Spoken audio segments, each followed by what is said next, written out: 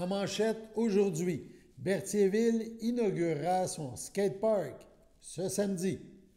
Bonjour à tous et bienvenue à votre bulletin d'information diffusé sur les ondes de CTRB, votre télévision locale et régionale, en ce 18 septembre 2025, Alain Bellumeur au pupitre. Donc, on débute ce bulletin en vous parlant d'une nouveauté à Berthierville, ça sera inauguré samedi. On parle du skatepark. En effet, la ville de Berthierville vous invite à venir célébrer l'ouverture, qu'on dit tant attendue, de son tout nouveau skatepark, samedi 20 septembre entre 13h et 16h. Le skatepark est situé, a été érigé au parc Saint-François, derrière l'Hôtel de Ville, rue de Montcalm. Cette journée spéciale sera marquée par un atelier d'initiation au skateboard, planches et casques fournis. Il y aura des démonstrations spectaculaires par des athlètes spécialisés dans ces disciplines. Le site sera animé, il y aura de la musique, des prix de présence. Le tout se déroulera en collaboration avec le camp Skate Atlas Lanaudière. Les gens de ce camp seront sur place pour faire vivre aux gens présents une expérience unique. Ce projet est attendu par plusieurs citoyens, jeunes et moins jeunes. Il offrira un espace moderne, sécuritaire et inclusif pour la pratique du skateboard, de la trottinette et du BMX. Parlant de trottinette, la Sûreté du Québec nous a acheminé une vidéo afin de parler de trottinette, mais surtout de sécurité. On écoute. Yo les jeunes! Aujourd'hui, on va toucher un sujet qui est full chill. On va vous montrer comment être cool sur une trottinette électrique tout en étant full legit. On a tous déjà eu ce policier malaisant qui voulait pas avoir l'air d'un bonhomme de 40 ans quand il s'adressait à des adolescents. Ben, compte tenu que j'ai plus de 40 ans puis je veux pas être malaisant, j'ai fait appel à Rose, qui a 16 ans. Salut tout le monde! Pas de ça? Non. Bon, là, c'est mieux. Les appareils de transport personnel motorisé, les ATPM, ça, c'est un long nom pour décrire les trottinettes électriques puis les gyroroues. Il y en a de plus en plus, puis des fois, il y en a qui roulent en malade. Fait que c'est pour ça qu'on a fait un projet pilote pour encadrer tout ça. Il faut que tu respectes les règles. En tout cas, les règles sont relativement simples. Ce qui est important, c'est qu'il faut tailler au moins 14 ans. Puis après ça, t'imagines que t'es un cycliste. Fait que tu peux pas rouler ces trottoirs. Faut que tu roules dans une piste cyclable, sur l'accotement ou en bordure de chaussée à l'extrême droite, dans le sens de la circulation. Use de ta tête. Puis protège-la aussi. Le casque, c'est obligatoire. Il faut que tu respectes les panneaux et les feux. La loi, c'est la loi. Ouais, c'est ça. Avec ça, tu peux juste rouler 25 km/h dans des zones de 50 km/h ou moins. Tu peux pas rouler dans une voie de circulation. Puis j'ai-tu besoin de te dire que t'as pas le droit de rouler sur une autoroute? Ben oui, je dois te le dire. Fais pas comme Kevin, va pas sur la métropolitaine de Grouche. Si t'es sur une gyroroue ou un autre sorte d'ATPM qui a pas de poignée, en plus de ton casque, faut que tu portes des protège-mains, coudes, genoux et des souliers fermés. Sur ton ATPM, il y a juste une personne qui peut embarquer, pas de passager. Puis en plus, ton ATPM, faut qu'il soit visible. Ça te prend des réflecteurs et des feux. Puis tes feux, faut qu'ils soient allumés la nuit. Ça te prend aussi des freins à chaque roue et un frein à main si tu as un guidon. Rose? Rose? Évidemment, pas d'écouteurs. Ton téléphone, faut qu'il soit sur un socle qui indique seulement des informations utiles à ta conduite, comme des directions ou au fonctionnement de ton appareil. Puis avec ça, pas de consommation d'alcool ou de drogue. Hey, finalement, c'était correct?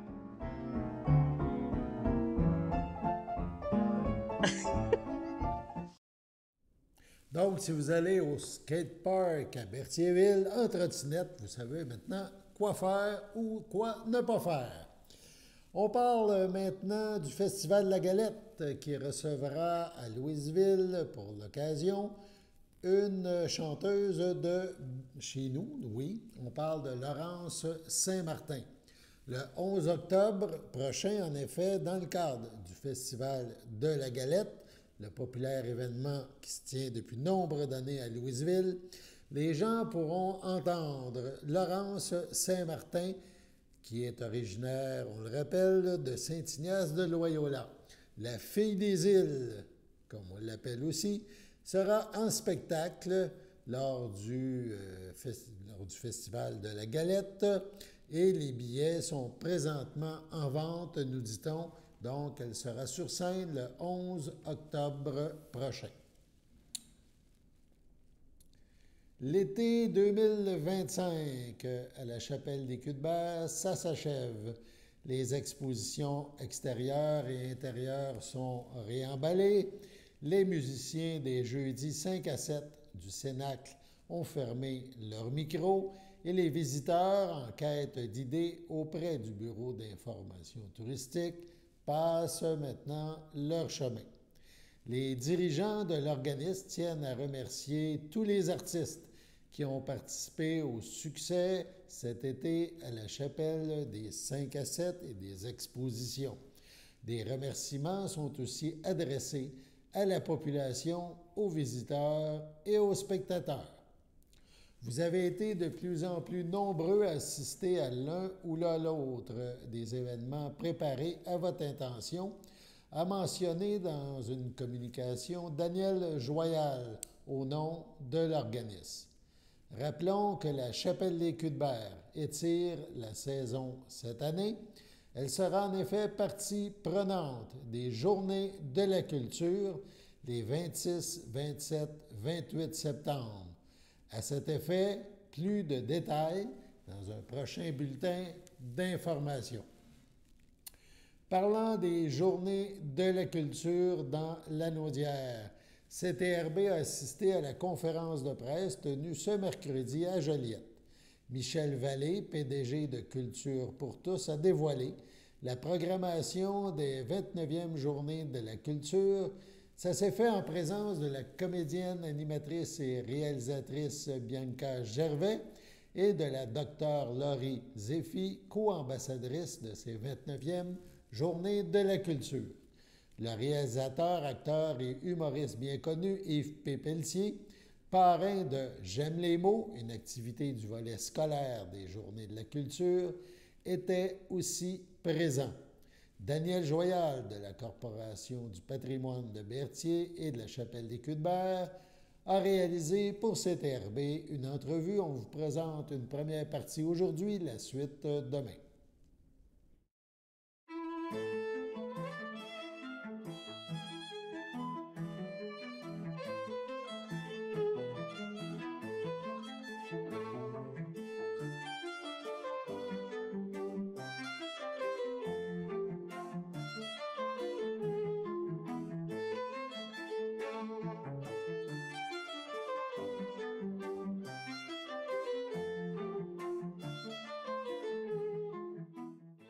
Bonjour, alors je me présente Daniel Joyal pour la Corporation du patrimoine de Berthier et aujourd'hui, accessoirement, je vais faire office d'intervieweuse pour la télévision communautaire de Berthierville, CTRB. Donc, je suis en compagnie de Michel Vallée. Michel Vallée, qui est en charge, on peut dire ça comme ça, des Journées de la culture pour Culture pour tous. Exact. Bon, alors Michel Vallée, vous allez commencer par vous présenter peut-être un peu et nous présenter Culture pour tous et quel est le lien qui relie Culture pour tous avec les Journées de la culture. Bien, Daniel, Culture pour tous est né des Journées de la culture. Journées de la culture qui ont 29 ans cette année, c'est complètement fou. Et bon, avant de vous présenter les Journées de la culture, juste vous dire que maintenant, l'organisation qui prend en charge les Journées de la culture s'appelle Culture pour tous. Et dans 12 mois par année, Culture pour tous, c'est aussi une organisation qui travaille pour la démocratisation de la culture et la démocratie culturelle. C'est quoi cette bébite-là? C'est l'implication des citoyens envers la culture. Donc, on va parler beaucoup de médiation culturelle, d'action participative à la culture. On a entre autres un programme qui s'appelle Racines plurielles qui permet de faire des rencontres interculturelles grâce à la médiation culturelle pour créer cette belle rencontre-là entre les nouveaux arrivants et les Québécois de plus longue racine afin que le vivre ensemble soit vraiment augmenté et bonifié grâce à la participation des artistes qui rendent possible ces rencontres-là. Donc, Racines plurielles, c'est des activités dans les bibliothèques municipales du Québec, mais à travers toute la province, où on crée la rencontre entre les Québécois de plus longue et de plus courte racine.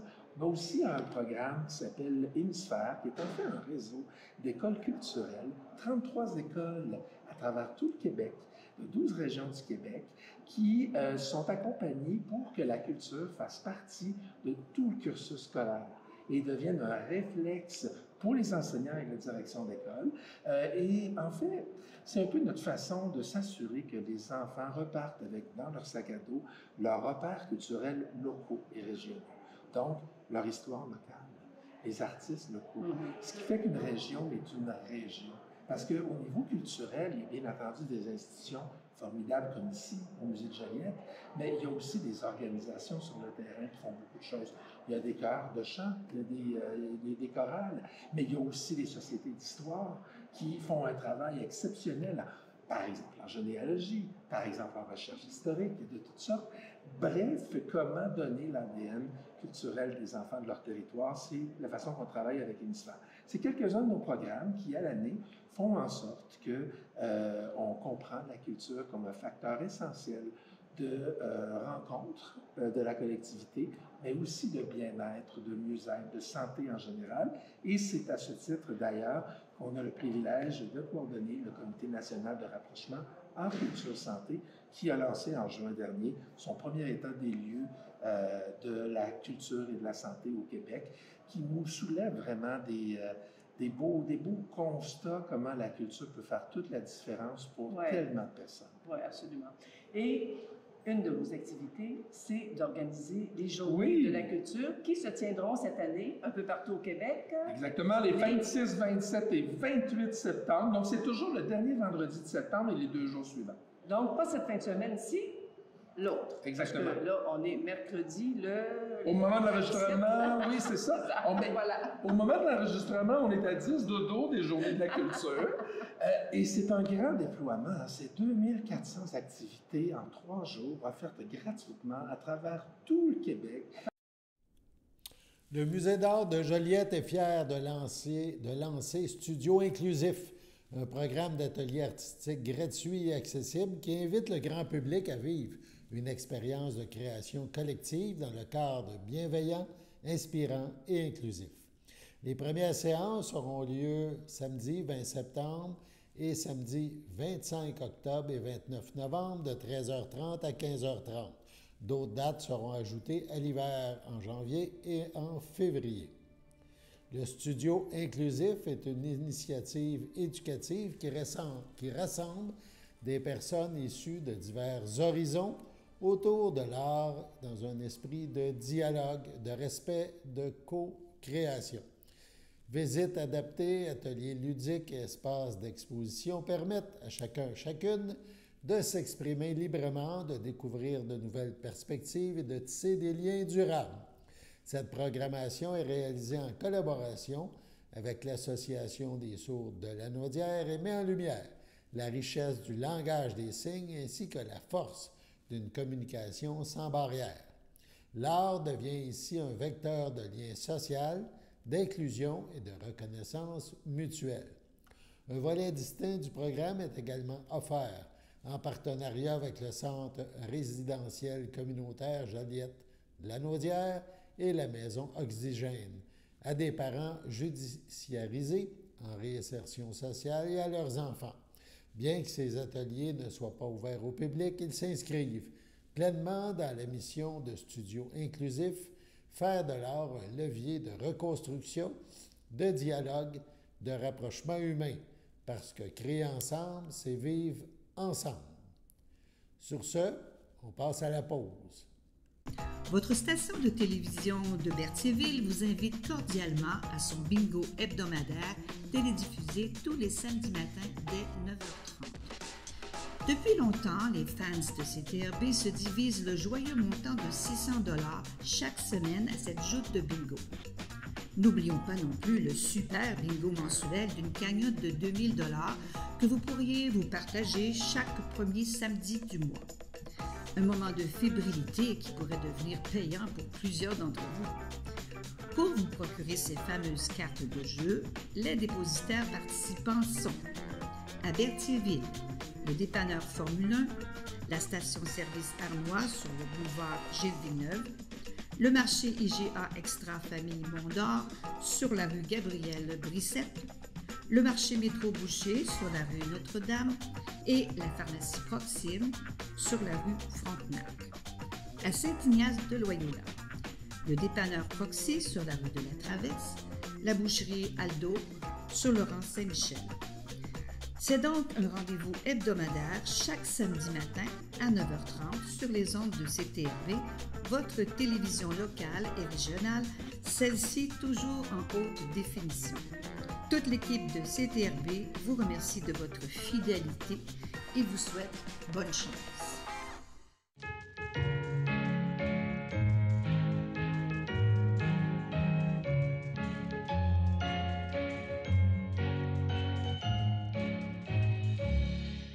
Voici donc les anniversaires pour ce 18 septembre. Les filles d'Isabelle de Berthier souhaitent bonne fête à Suzanne Morin-Beausoleil et à Thérèse Gadouri. La FADOC de l'Île-du-Pas souhaite bonne fête à Luc Saint-Martin et à René Picard. C'est votre anniversaire aujourd'hui. Toute l'équipe de CTRB se joint à moi et vous souhaite bonne fête. On poursuit maintenant avec le conseil municipal de Lanoraie, la séance du mois de septembre. On en a parlé il y a quelques jours. On poursuit parce qu'il y a d'autres sujets qui ont été abordés. Il a été question de budget pour la journée de sécurité routière, du carrefour Émilie et il y a aussi été question de toponymie. On se déplace à Lanoraie. 6.3, Carrefour Émilie de Lanoraie, convention d'occupation. Considérant que le Carrefour Émilie de Lanoraie a réalisé les travaux d'agrandissement du 361A de la rue Notre-Dame, considérant qu'afin d'assurer le financement de ses activités, le Carrefour devrait disposer d'un bail d'au moins 20 ans. En conséquence, proposé à pied résolu d'autoriser le maire et le directeur général et greffier trésorier à signer pour et au nom de la municipalité avec le Carrefour Émilie de Lanoraie un amendement au bail pour le 361A rue Notre-Dame de façon à ce que le terme soit d'une durée de 20 ans à partir de ce jour, et ce, aux mêmes conditions. Quand on dit aux mêmes conditions, il y a déjà une entente de signer qui est là depuis très longtemps. Le Carrefour a mis beaucoup d'énergie et beaucoup d'argent dans un agrandissement. Alors, l'idée, c'est de s'assurer que, justement, ils puissent avoir une certaine assurance que la municipalité va pouvoir les laisser occuper les locaux pendant une période déterminée, plus longue que celle qui est actuellement déterminée. Donc, suite à des discussions avec eux, 20 ans ferait leur affaire. Alors donc, on irait comme ça. Est-ce que j'ai un proposeur? Proposé par Mme Lucie Ouellette. Est-ce que j'ai un appuyeur? Appuyé par M. François Beaujolly à ma gauche. C'est en faveur. D'accord. À ma droite. D'accord. C'est unanime. 6.5. Journée sécurité routière. Proposé à pied résolu d'autoriser un budget maximal de 3 000 $ pour la tenue d'une première journée sécurité routière. Je vais laisser Mme Clermont vous faire état de la situation parce que cette somme-là n'est pas pour payer qui que ce soit. Je pense que je vous laisse aller. En fait, ce que je voulais apporter comme précision, c'est une journée, dans le fond, qui devait être sans... qui coûte rien à personne. Le problème qu'on a, finalement, c'est la publicité. Donc, faire les cartons, faire la publicité, c'est ça qui coûte cher. Fait que c'est pour ça que cette somme-là a été budgétée. Vous avez l'invitation aussi qui est dans le bulletin municipal. Donc, c'est le 20 septembre. Ça va être à Jean Bourdon. Ça va être de 10h à 3h. Et puis, je vous invite vraiment à venir avec votre pique-nique. Les promenades vont être ouvertes. Ça va être super agréable. Puis, on va avoir quand même des gens intéressants qui vont être sur place. On a une professionnelle technicienne certifiée en vérification des bancs d'auto. Elle va avoir un kiosque. Amenez vos bancs, venez faire vérifier vos bancs, puis elle va montrer aussi comment bien les attacher dans la voiture. La Sûreté du Québec, l'équipe Quad va être là. On va avoir le service d'incendie, la MRC.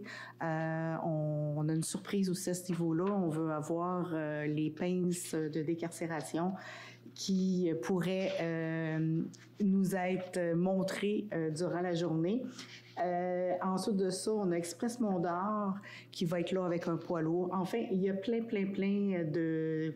L'équipe municipale de la voirie, venez les rencontrer. Ils vont être là, ils vont vous expliquer quand ils font des tours, quand ils font des travaux, tout ça, comment ils installent ça. Alors, venez poser des questions, venez nous voir. Ça va faire plaisir d'y répondre.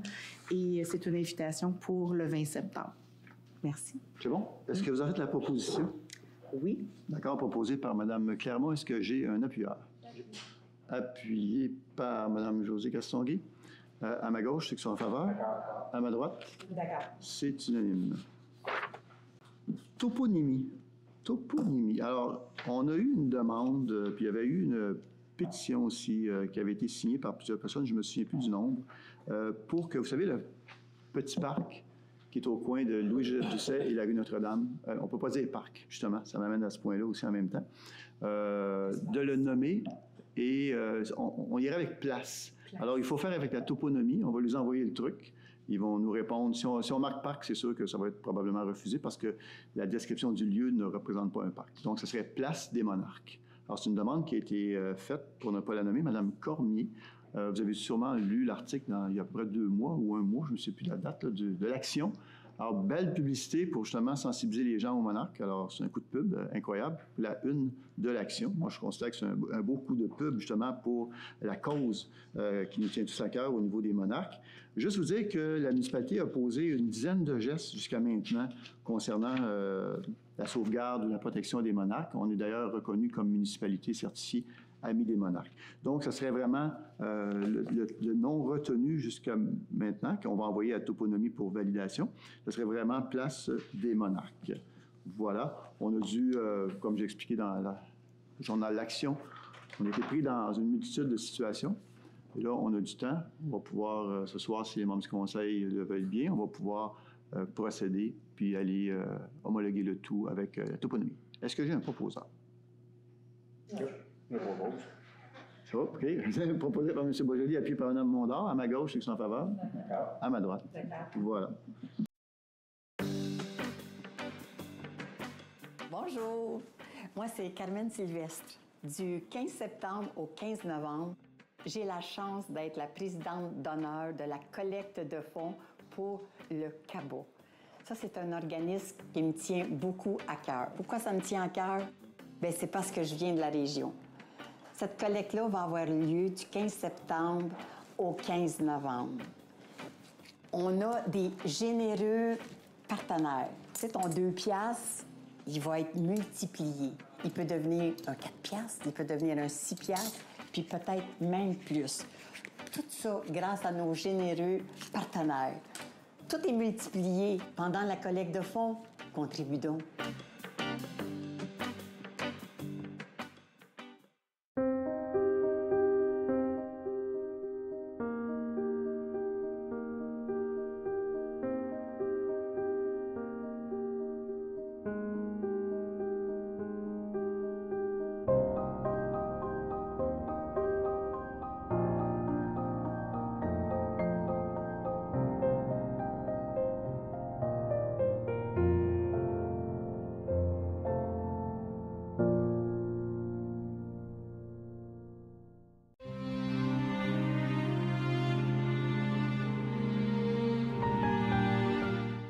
C'est avec une profonde tristesse que nous annonçons le décès de Gaétane Laroche-Paré, survenu le 28 août dernier à l'aube de ses 98 ans.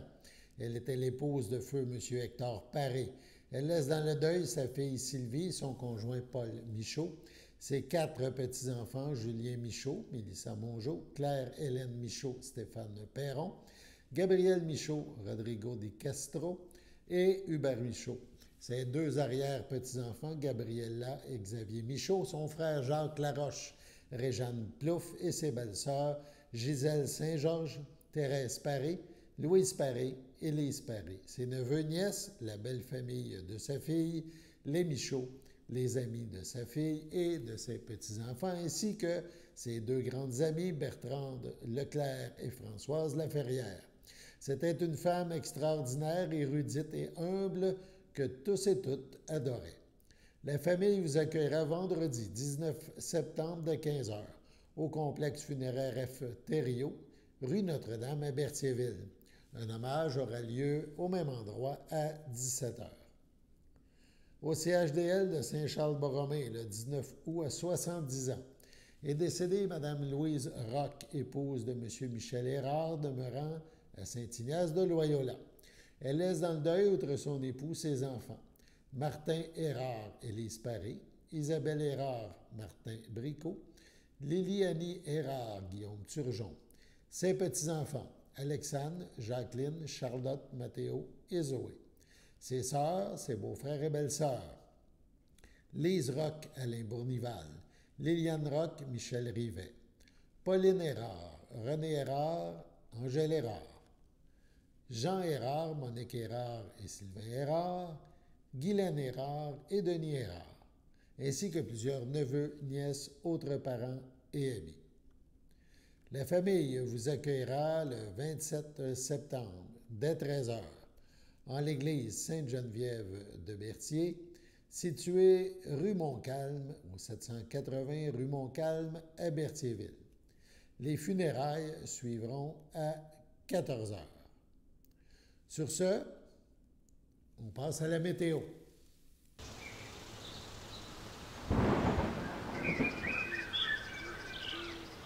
Bienvenue à votre météo de cette semaine. Aujourd'hui, jeudi soir, ce sera des risques d'averses, une température de 20, un temps ressenti de 21, moins de 1 mm de pluie.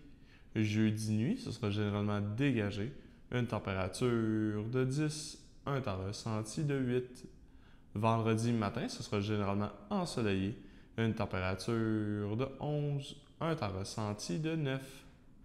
Vendredi après-midi, ce sera ensoleillé, une température de 19, un temps ressenti de 19. Vendredi soir, ce sera dégagé, une température de 13, un temps ressenti de 12. Vendredi nuit, ce sera un dégagé, une température de 4, un temps ressenti de 2. Et voilà, c'était tout pour votre météo.